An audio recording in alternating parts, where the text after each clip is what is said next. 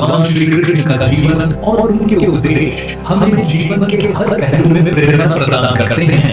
उन्होंने न केवल अपने समय के लोगों को जीवन का सही मार्ग दिखाया, बल्कि आज भी उनके उद्देश्य हमें आगे बढ़ने की शक्ति देते हैं। महाभारत के युद्ध के समय अर्जुन के मन में उठ रहे संदेहों और संघर्षों को दूर करने के लिए श्री कृष्ण ने जो ज्ञान दिया, वह आज भी हर व्यक्ति के लिए प्रेरणा स्रोत है। जब अर्जुन महाभारत के युद्ध के मैदान में अपने संबंधियों, गुरुओं और मित्रों को देखकर युद्ध से पीछे हटने लगे, तो भगवान श्री कृष्ण ने उन्हें कर्म का महत्व समझाया। उन्होंने कहा कि मनुष्य का अधिकार केवल अपने कर्म पर है, फल पर नहीं। कर्म करते रहना ही जीवन का वास्तविक लक्ष्य है।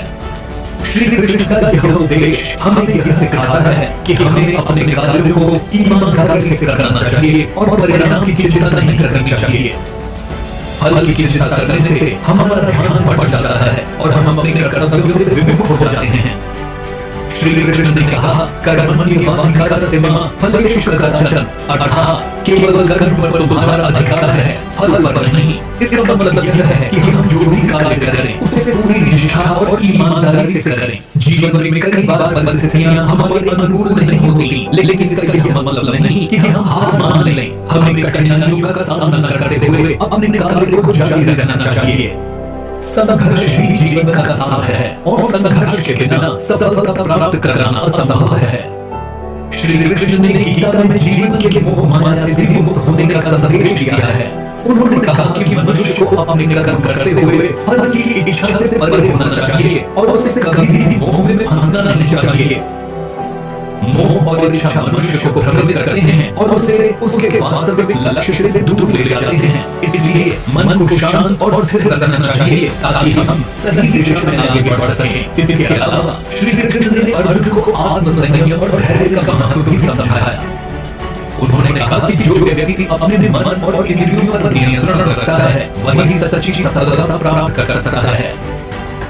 आत्मसंयम से ही हम अपने जीवन में संतुलन बना सकते हैं और सही निर्णय ले सकते हैं।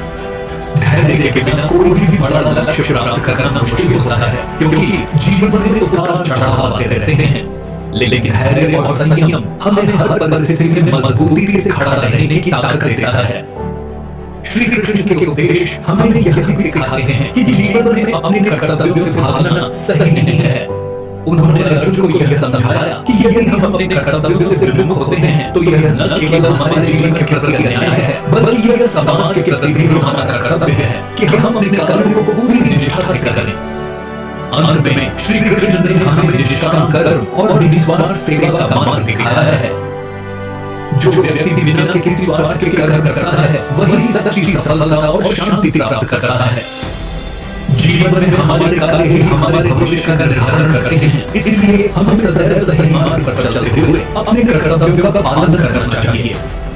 इस प्रकार भगवान श्री कृष्ण का जीवन और उनके उपदेश हमें सिखाते हैं कि संघर्ष, धैर्य, आत्मसंयम और निष्काम कर्म से हम अपने जीवन में सफलता प्राप्त कर सकते हैं।